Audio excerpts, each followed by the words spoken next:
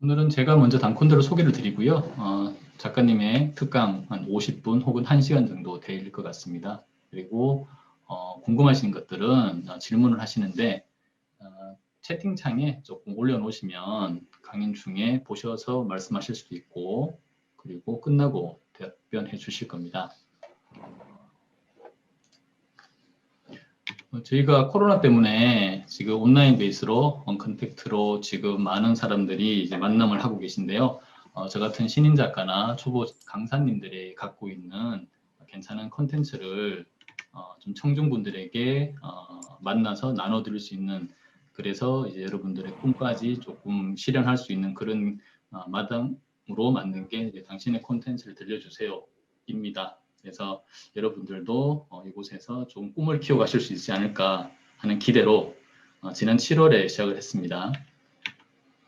운영하는 부분은 저희가 작가님의 방이 따로 한 20여 명 계시고요. 그리고 청중의 방에서 사랑방으로 해서 당신의 콘텐츠를 응원합니다라는 방으로 이원화되어 있어서 지금 운영되고 있습니다. 저희 작가님들은 한 달에 2번 정도 수요일 날, 2주, 4주 수요일 날 저녁에 강연회를 하고요. 강연했던 영상은 작가님께서 허락하시면 저희가 유튜브에도 올리고 있습니다. 그리고 이렇게 기본적으로 강연회가 끝나고 나면 혹시나 조금 더 알고 싶은 부분이 있다 하시면 저희 작가님들과 이제 청중분들이 따로 이제 만나실 수 있는 그런 심화반도 좀 운영을 이제 곧 11월 달부터 할 예정인데요. 지난주에 있었던 작가님의 강연회에 좀 요청이 있으셔서 저희가 길게는 못하고 한 3일 정도 저녁 시간마다 만나서 좀 코칭을 받을 수 있는 그런 시간으로 좀 기획하고 있습니다. 그리고 앞으로 필요하다면 글쓰기를 하시고 싶으신 분, 본인들의 컨텐츠를 발굴할 수 있는 기회를 어떤 출판 기획자와 만날 수 있는 그런 자리도 한번 고민을 하고 있고요. 그리고 작가가 아니고 강사로도 활동하시고 싶은 분들에게는 이런 파일럿 강연의 기회 혹은 또 강연 코치를 만날 수 있는 그런 기회도 좀 마련해 보고자 합니다. 그래서 궁극적으로 여러분들의 꿈이 작가나 강사의 꿈을 실현할 수 있는 그런 기회가 되면 좋겠다는 생각으로 시작을 했습니다. 지금까지 7월부터 2주씩 간격으로 이제 강연회를 하셨던 작가님들이고요. 그리고 최근에 이제 지난주에 했던 비즈니스 영어 회화법에 대한 강연이 있었습니다. 그래서 이 이세훈 작가님이 좀 수락을 해주셨는데 오늘 강연을 지난주 강연을 듣지 않더라도 혹시나 이제 단콘들 방에 들어오시면 지금 이제 곧 다음 내일부터나 제가 한번 희망자를 좀 받을 예정인데요. 11월 9일에서 11일까지 3일 동안 저녁 시간에 이분이 갖고 있는 영어 회화 노하우, 비즈니스 영어 회화 노하우를 한 10분 정도까지는 해서 좀 알려드리는 그런 심화반을 좀 무료로 운영해 보기로 했습니다. 관심 있는 분들은 제 블로그나 단콘 사랑방에 오셔서 신청하시면 될 것 같습니다. 다음 주 강연은 이봄이 봉봄 액팅 대표님께서 연기자 출신이신데요. 연기자의 모든 것에 대한 주제로 강연을 하실 예정입니다. 그래서 보통 우리가 갖고 있는 연기자들에 대한 어떤 선입견을 갖고 있는 것을 좀 알려주실 거고, 또 연기자의 삶은 어떻다도 말씀해 주실 거고요. 그리고 실제 이제 연기자를 가르치는 입장에서 여러분들에게 좀 도움이 되는 연기 뭐 이런 법을 혹시나 알려주실 수 있지 않을까. 어제 한번 잠깐 만나서 이야기를 해봤는데 재밌게 준비하시는 것 같습니다. 기대해 주셔도 될 것 같습니다. 이 사진은 제가 그분 인스타를 봤는데 송가인이랑 사진을 찍은 게 인스타에 있어가지고 좀 닮으신 것 같아요. 두 분께서. 그런 사진이 있어서 보여드립니다. 11월 달에 11월 11일 그리고 25일 날 저희가 여성 여행 작가님들 두 분이 낸 책에 대해서 이야기를 들어보는 시간을 11월 달에 여행 관련된 걸로 좀 준비를 했고요. 서지선 작가님과 구민정 작가님께서 준비를 하고 계시니까 그때 이제 저희가 해외여행을 코로나 때문에 많이 못 다녔는데 그런 재미난 이야기를 들을 수 있을 것 같습니다. 네, 요것도 최근에 이제 확인이 됐는데요. 11월 달에는 제가 기획자의 책 생각을 출간하시고 또 독서법 책을 출간하신 이정훈 작가님을 좀 모셔서 저희 우리나라의 뭐 출판 시장, 그리고 책 쓰는 방법, 그리고 어떻게 책이 나오는지 이런 이야기를 좀 들려줄 수 있다고 하셔서 11월 18일 날 약 한 달 후네요. 네, 강연회가 좀 마련되어 있으니까 11월 달까지 원하시는 강연에 이제 무료로 들으실 수 있을 것 같습니다. 그리고 현재 당콘들에 이제 참여하고 계신 작가님들의 책인데요. 저를 포함해서 김성주 작가님 20대이신데 2등 항해사, 최근에 승진하셔가지고 1등 항해사가 되시더라고요. 그래서 한국에 지금 휴가차 들어와 계신데 이분도 기회를 만들어서 다시 배를 타시기 전에 강연회를 한번 해볼까 싶습니다. 그리고 권수호 작가님이나 최호진 작가님, 퇴사 말고 휴직을 출간하신 작가님도 함께하고 계시고요. 박소연 작가님이나 조민혜 작가님, 정태난 작가님과 이유미 작가님 이런 분들이 함께하고 계십니다. 그럼 지금부터 설명을 마쳤고요. 오늘 강연회가 아마 처음 하시는 분들한테 좀 생소할 수도 있고 하시는 분들은 좀 이해가 있을 텐데 이석현 작가님께서는 IT 개발자로 23년 정도 현재 근무하고 계시고 프로그래머만이시 않고 글쓰기를 되게 좋아하시는 분이십니다. 그래서 브런치 공모전에서도 금상으로 수상도 하셨고요. 현재는 공대생의 심야 서재라는 글쓰기 커뮤니티를 운영하고 계십니다. 그곳에서 글쓰기 강연도 그렇고 독서 모임도 아주 재미나게 운영하고 계셔가지고요. 저도 이제 올해 이 커뮤니티를 알고 나서 많은 도움을 받고 있는 중입니다. 그러면 지금부터 이석현 작가님을 모시고 강연회를 시작하도록 하겠습니다. 작가님 공유 좀 드리고 시작해 주시면 될 것 같습니다. 네, 알겠습니다.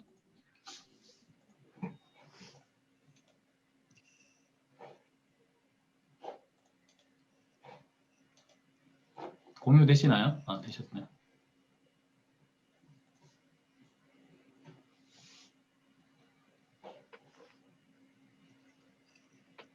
네, 안녕하세요. 저는 공대생의 심야 서재라는 닉네임을 쓰고 있고요. 한 권으로 끝내는 노션이라는 책을 얼마 전에 출간했고 또 강의와 여러 가지 모임들을 이끌고 있는 이석현이라고 합니다. 오늘 반갑습니다. 신희찬이 PD님의 소개로 오늘 노션 강의를 진행하게 됐고요. 약 50분에 걸쳐서 노션이 무엇인지 또 노션을 어떤 분야에 활용할 수 있는지 그 이론과 사례 중심으로 강의를 진행해 보도록 하겠습니다. 제가 화면 위주로 진행할 거라서요. 일단 비디오는 끄고 진행하도록 하겠습니다.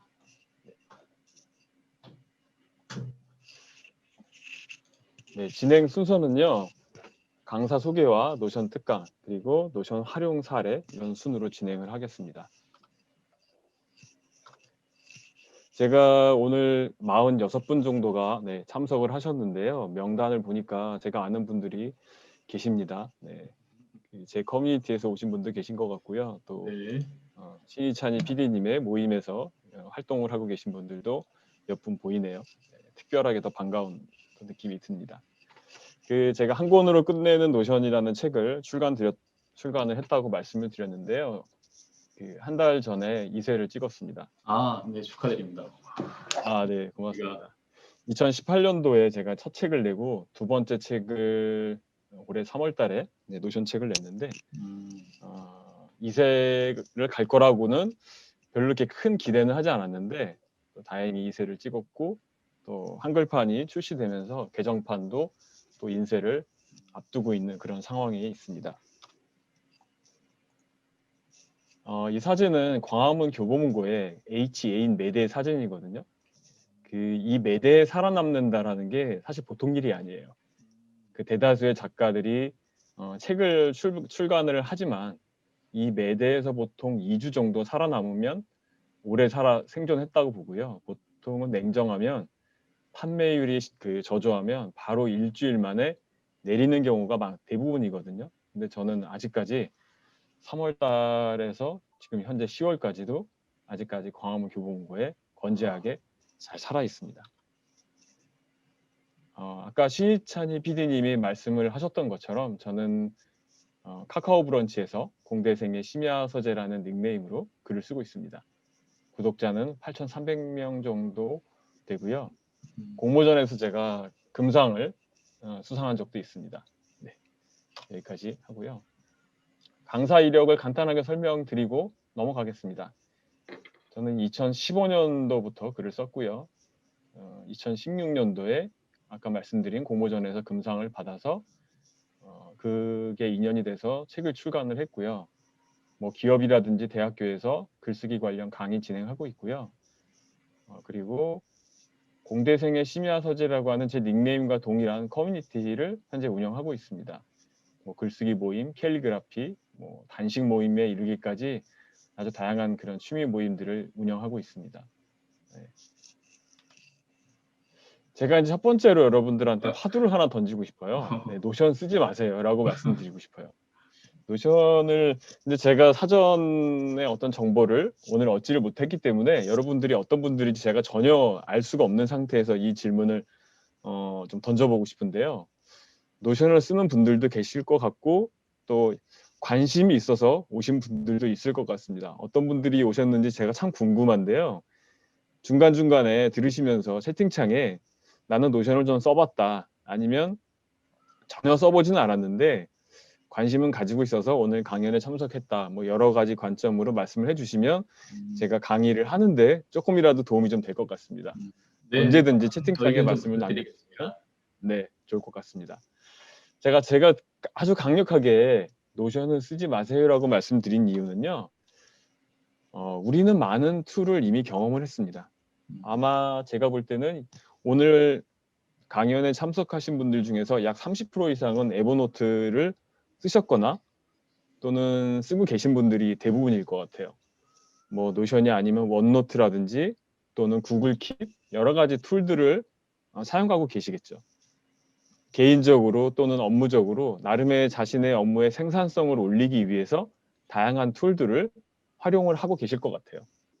근데 우리는 이미 기존에 많은 좋은 툴들을 사용하고 있습니다. 근데 한국에서 유난히 그 유행병이라고 할까요? 그런 트렌드에 한국 사람들이 참 예민한 것 같아요.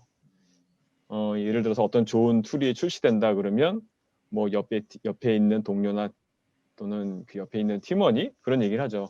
요즘에 실리콘밸리에서 잘 나가는 툴이 있다고 하던데 혹시 써봤어? 뭐 이런 얘기도 듣기도 하고요. 또 유행에 따라서 누군가가 그 인터넷 기사나 뭐 이런 어떤 인터넷 SNS 글을 보고 또 툴을 선택하기도 합니다. 그리고 조금 쓰다가 왠지 이건 나랑 좀 잘 안 맞는 것 같아.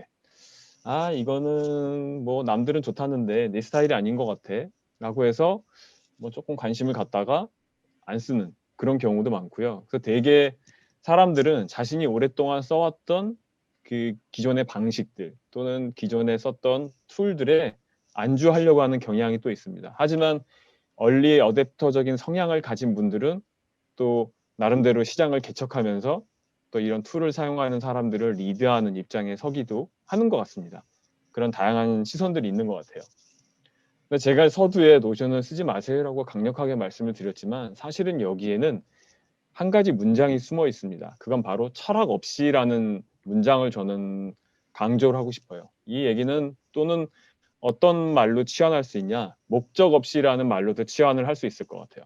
우리가 분명한 목적이나 분명한 철학 없이 남들이 누가 좋다고 해서 그냥 귀가 얇아서 쓰는 건 아닌가? 이런 관점에서 우리가 고민할 필요는 좀 있을 것 같아요. 제 목소리 볼륨이 작나요? 음량을 높여주시면 좋겠다고 말씀드렸는데 다른 분들도 작게 들리나요? 아니요, 제가 보기에는 네. 그 나빌님이나 자기 그쪽 쓰시는 디바이스에서 네네. 좀 소리를 확인해 주시면 좋을 것 같습니다. 네네. 잘 들리거든요. 네네. 네. 네네. 그 볼륨을 좀 아마 그 시스템 볼륨을 확인을 하시면 좋을 것 같고요. 어쨌든 제가 노션을 쓰지 말라고 강력하게 말씀을 드렸지만 사실은 어떤 목적으로 어떤 철학을 가지고 내가 어떤 분야에 이 노션을 적용할 건가 그런 관점에서 고민을 하시는 게 더 좋을 것 같습니다. 사실 툴은 그냥 툴일 뿐이에요. 툴이 전부는 아니죠. 툴을 내가 어떻게 활용을 할 건지 결국 툴을 쓰는 것도 사람이거든요.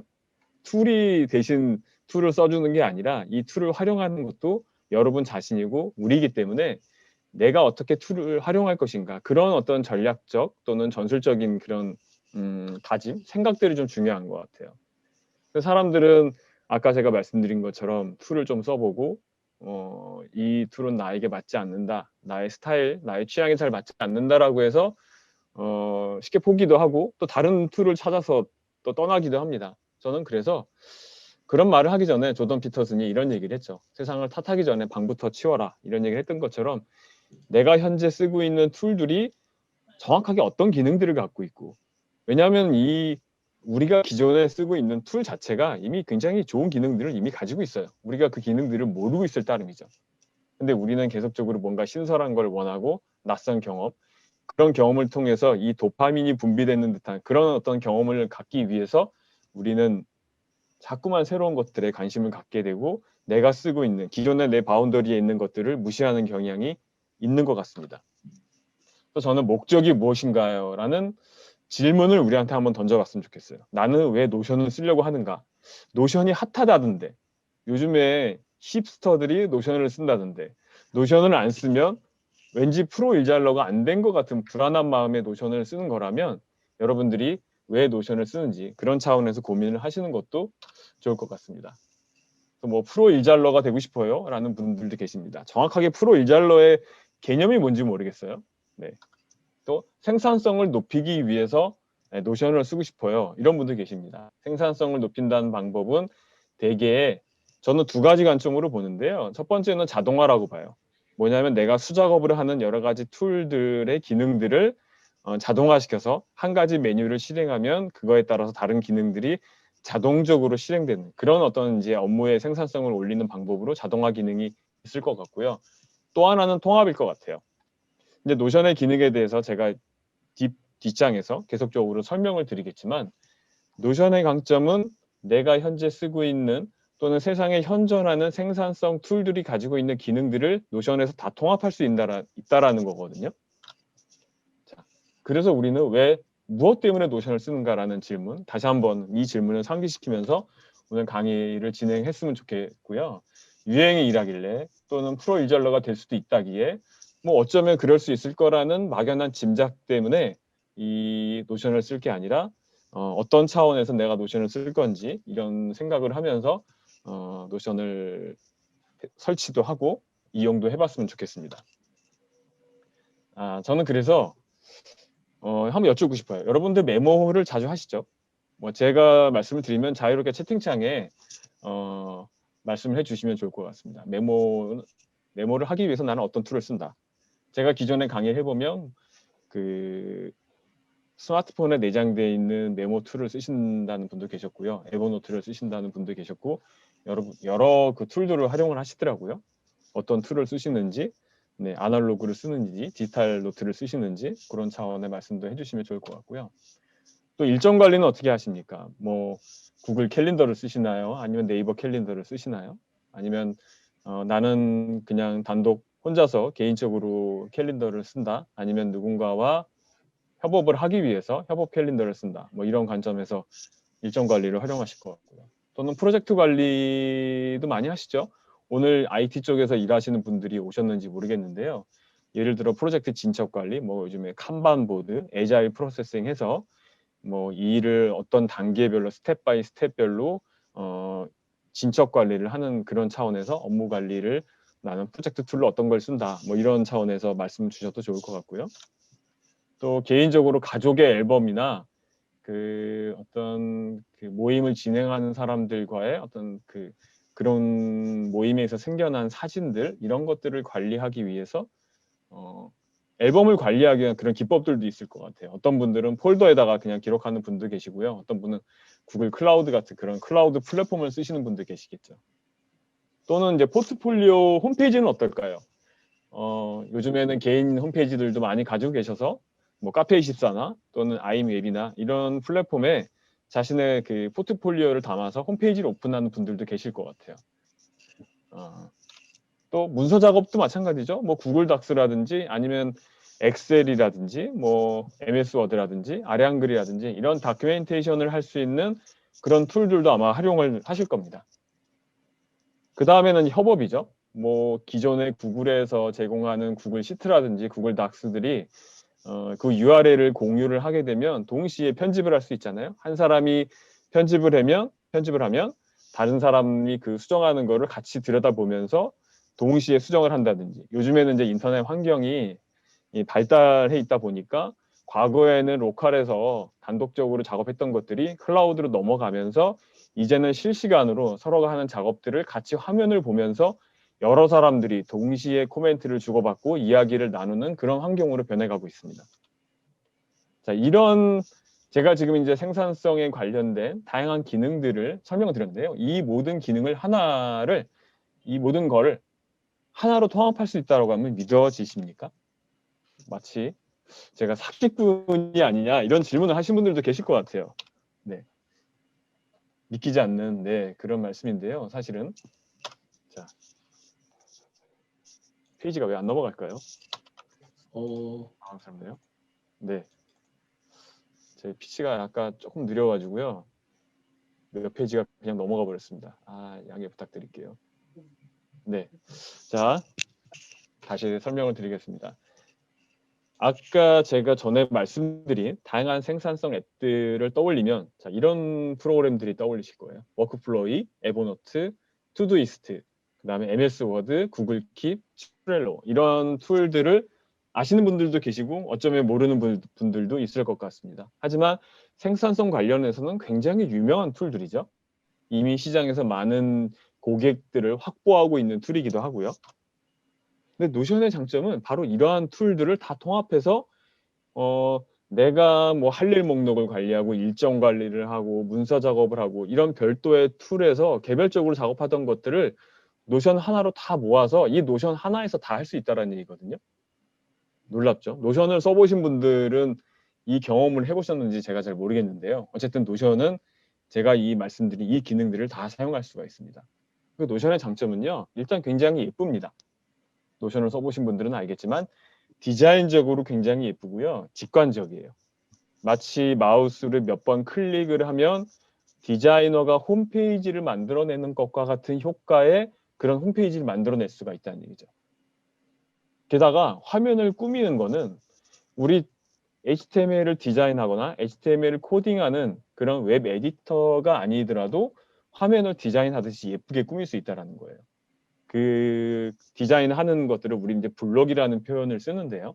나중에 말씀드리겠지만 그런 화면을 뭐 이쁘게 꾸밀 수 있다. 그리고 꾸미다 보면 마치 뭐라고 할까요? 위키백과를 만드는 것 같은 착각에 빠집니다. 여러분들 나무 위키나 뭐 이런 위키피디아 이런 거 쓰시는지 모르겠는데요. 마치 내가 노션에서 이런 모든 기능들을 통합해서 쓰다 보면 마치 내가 백과사전을 하나 구축하는 듯한 그런 느낌이 들어요. 그리고 노션의 또 굉장한 장점은 뭐냐면 웹페이지에서도 쓸 수 있고요. 또 모바일 어플리케이션도 있고요. 또 데스크탑 프로그램도 있습니다. 또 여러분들이 원하는 그 어떠한 프로그램, 어떠한 플랫폼을 활용하더라도 동일한 데이터, 한쪽에서 입력한 내용을 다른 쪽에서도 그대로 활용할 수 있다는 얘기예요.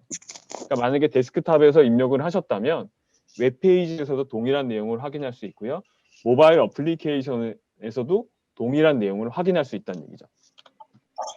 그럼 우리가 일단 제가 장황하게 웬만한 생산성 프로그램들을 다 대체할 수 있다라고 제가 막 선전 아닌 선전을 했는데 그럼 화면을 한번 구경을 해볼까요?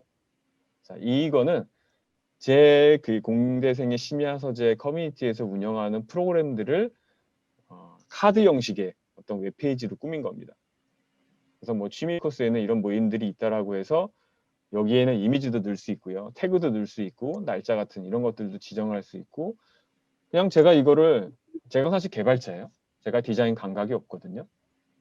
그런데도 개발자도 그냥 이렇게 클릭하듯이 마우스 몇 번으로 몇 번 드래그하고 그 다음에 텍스트만 입력했을 뿐인데 이런 그럴싸한 이미지가 만들어지는 거죠. 또 이 화면은요. 아까 투두이스트라는 프로그램을 제가 잠깐 그 아이콘을 보여드린 적이 있어요. 자, 이 프로그램은 할 일 목록 관리하는 그 프로그램으로서는 굉장히 유저들한테 아주 유명한 프로그램이죠. 제가 알고 있기로는 이 프로그램은 유료인 걸로 알고 있어요. 한 달에 한 5,000원 가까운 금액을 결제해야만 쓸 수 있죠. 근데 노션에 이 칸반보드 형식의 이 기능을 이용하게 되면 이런 그 진척 관리, 이런 할 일 목록 관리를 할 수가 있습니다.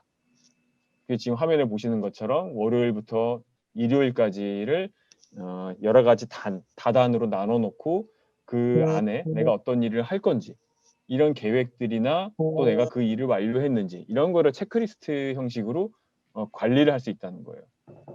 또 위에 보시는 것처럼 뭐 내가 앞으로 해야 될 일, 그리고 진행 중인 일, 그리고 완료된 일, 그리고 항상 하는 일, 뭐 이런 식의 인터페이스로 내가 현재 진행 중인 그 중요한 일들을 우선순위를 결정해서 관리할 수도 있고, 또 어떻게 그 일이 현재 진행되고 있는지 이런 것들을 비주얼하게 확인할 수 있고요. 또 좋은 거는 이 기능을 나 혼자 쓰는 게 아니라 팀원들하고 공유해서 쓸 수 있다는 거예요.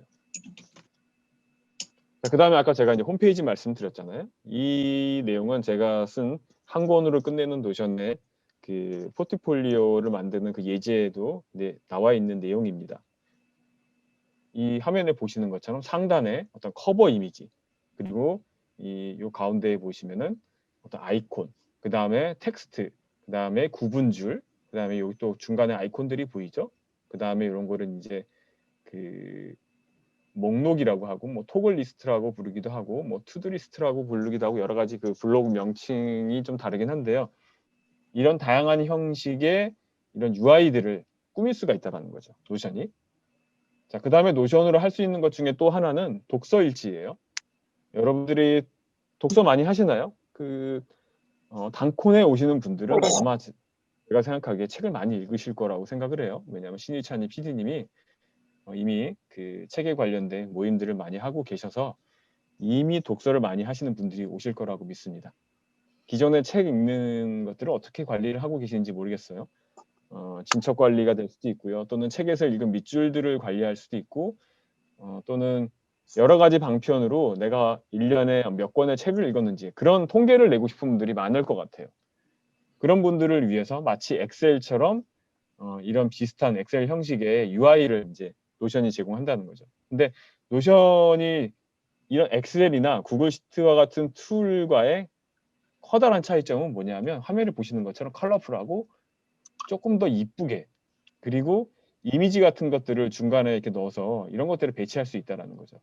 물론 계산 기능이나 산식이나 이런 기능을 따지면 엑셀이나 구글 시트에 비해서는 못 미칠 수는 있습니다.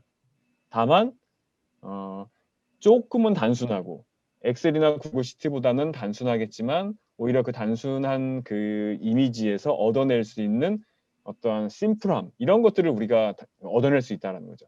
내가 기능에만 치중할 수 있고, 내가 어떤 독서 관리를 하는 차원이라고 하면 그 독서 관리 그 자체 기능에만 몰입할 수 있게 그런 인터페이스를 노션이 제공한다는 거죠.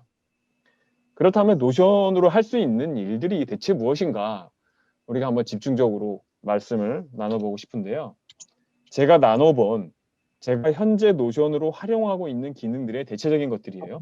문서 작업하고 있고요. 메모, 일기 쓰기, 아까 말씀드린 할 일 목록 관리, 팀 협업을 위해서 칸반보드 형식의 프로젝트 관리, 개인적인 어떤 사진 앨범들, 내가 책을 읽고 있는 것들에 대한 진척 관리, 위키백과, 그 다음에 어떤 내가 아이디어가 생각났을 때마다 그런 것들을 정리하는 아이디어 관리, 또 일정 관리 같은 캘린더도 있고요. 개발자라고 하면 코드를 관리하는 것도 굉장히 중요한 이슈거든요. 그 코드에 따라서 색상의 하이라이팅이라든지 이런 기능들이 되게 중요한데 그런 환경도 제공하고요. 또 노션에 있어서 굉장히 중요한 기능 중에 하나가 파일 업로드예요. 사실 이 기능은 한국 사람들이 이 기능을 굉장히 파워풀하게 이용하는 것 중에 하나인데, 뭐냐면 막 몇 기가짜리, 몇백 메가짜리 파일들을 노션에 업로드를 해서 관리를 합니다.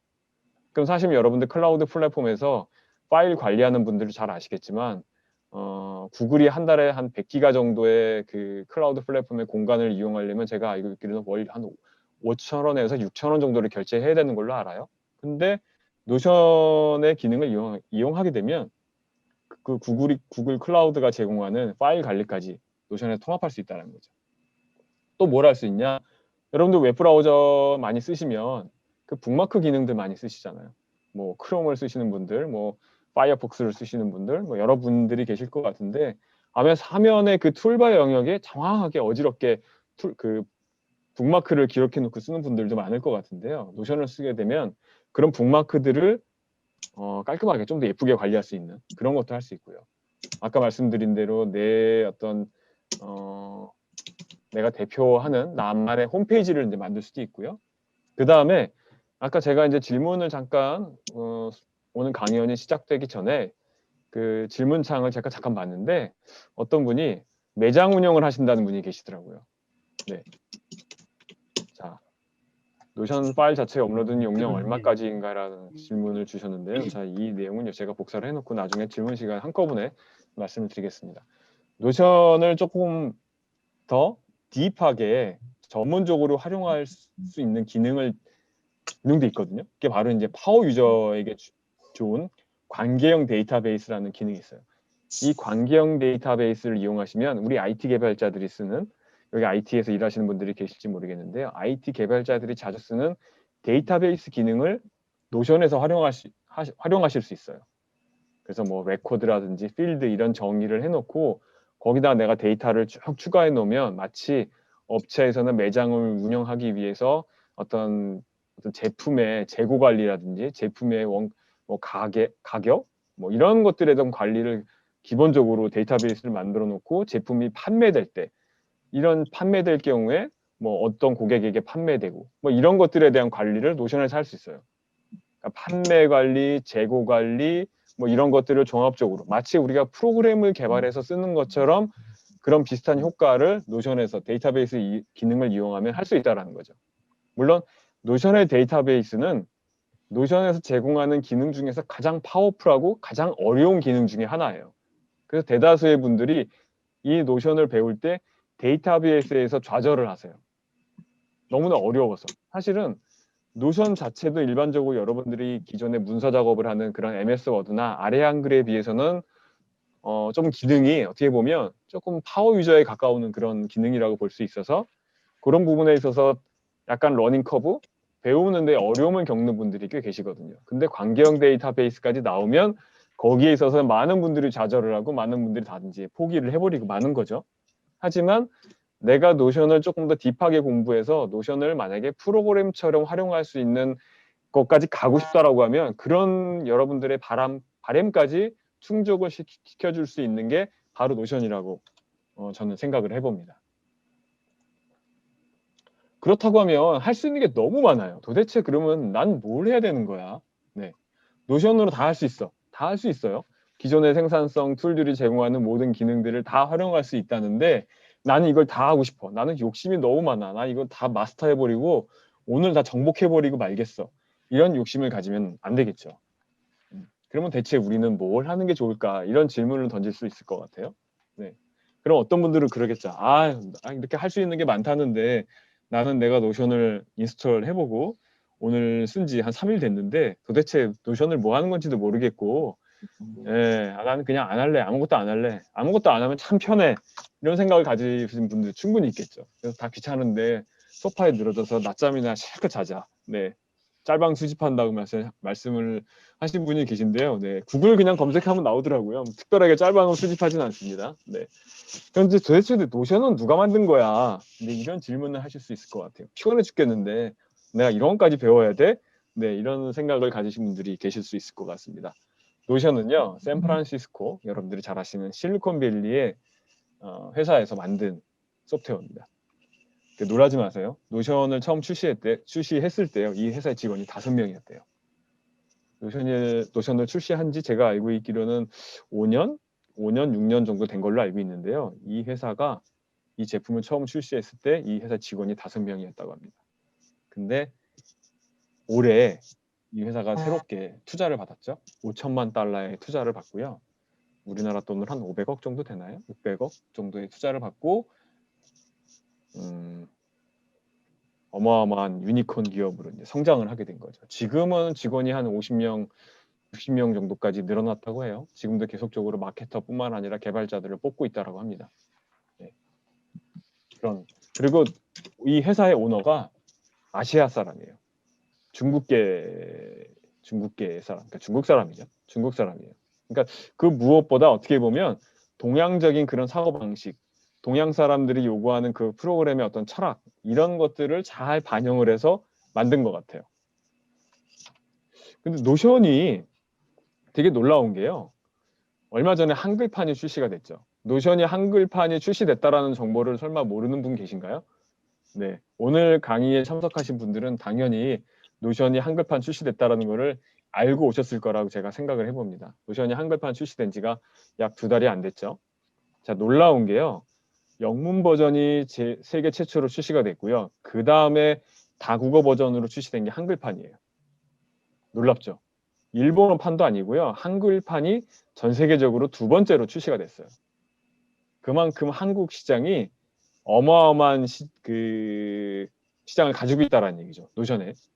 그리고 노션이 실제로 한국 시장이 전 세계 글로벌 2위 시장이래요. 실제 유료 결제를 해서 쓰는 사람들 포함해서 전 세계적인 유저의 그 구성도, 분포도가요. 전 세계적으로 2위권 이내의 시장이라고 합니다. 그러니까 당연히 노션이 한국 시장을 어마어마하게 신경을 쓸 수밖에 없겠죠. 근데 아이러니하게도 한글판이 출시되면서 얼마 전에 유튜브에서 제가 생방하는 걸 봤는데 출시 그 기념 이벤트를 하는 걸 봤는데 참 생방이 아니고 그걸 녹화 방송으로 해서 유튜브를 하는 걸 보고 스트리밍을 하는 걸 보고 좀 제가 실망했던 기억이 갑자기 여담이지만 그 생각이 좀 나기도 했습니다. 노션의 철학은 이겁니다. 우리가 개발자는 아니지만 마치 개발자가 개발하는 것처럼 레고처럼 블록을 조립하는 것처럼 화면을 사용자가 직접 구성하도록 하자. 이게 바로 노션의 철학이래요. 네, 이게 바로 노션의 철학이랍니다. 그러니까 개발자가 아니더라도 마치 여러분들이 디자이너라도 또는 마케터라도 뭐 조금만 노션을 한 몇 시간 다뤄보면 노션 화면을 그냥 꾸밀 수 있게끔 그런 목표를 삼는 게 노션의 철학이랍니다. 노션의 철학은요. 그래서 아주 복잡해 보이는 것들을 간단하고 단순하게 만드는 거래요. 마치 애플의 어떤 감성, 안드로이드라고 하면 자유도가 높고요. 유저가 원하는 그런 기능들, 이런 것들을 자유자재로 만들어낼 수 있잖아요. 권한이 많죠.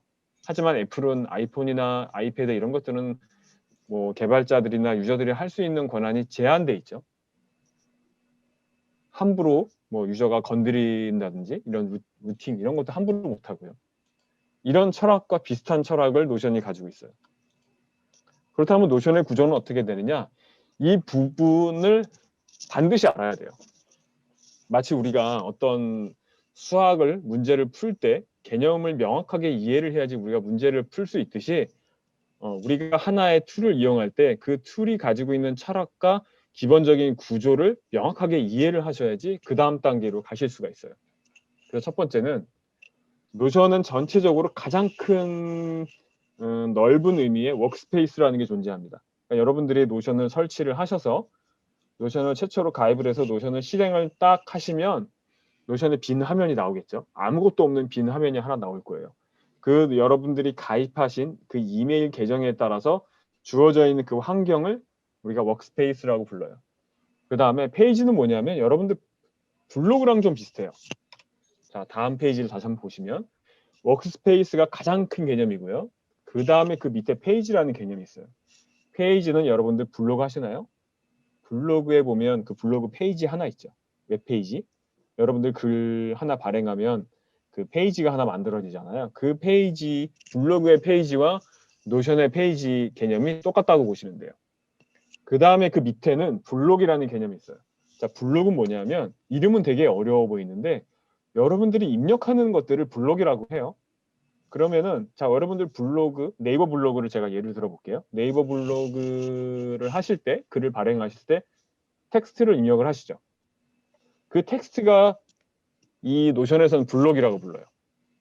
자, 그러면 네이버 블로그에서는 텍스트만 입력할 수 있나요? 이미지들도 넣을 수 있죠. 이미지를 뭐 드래그 앤 드롭을 하든가 어떤 아이콘을 눌러서 이미지를 불러오잖아요. 그러면 노션에서도 그 이미지를 블록이라고 불러요. 또 그리고 어떤 블록들이 있냐, 노션에. 자, 네이버 블로그에서 표도 만들 수 있죠. 자, 표를 만들 수 있을 거예요. 여러분들이 잘 쓰시는 뭐 워드 프로세서의 표와는 조금 모양이 다르긴 하겠지만 어쨌든 블로그에서도 표를 만드실 수 있습니다. 또는 다큐멘트 툴에서도 여러분들 자주 쓰는 아래 한글에도 표를 만들 수가 있겠죠.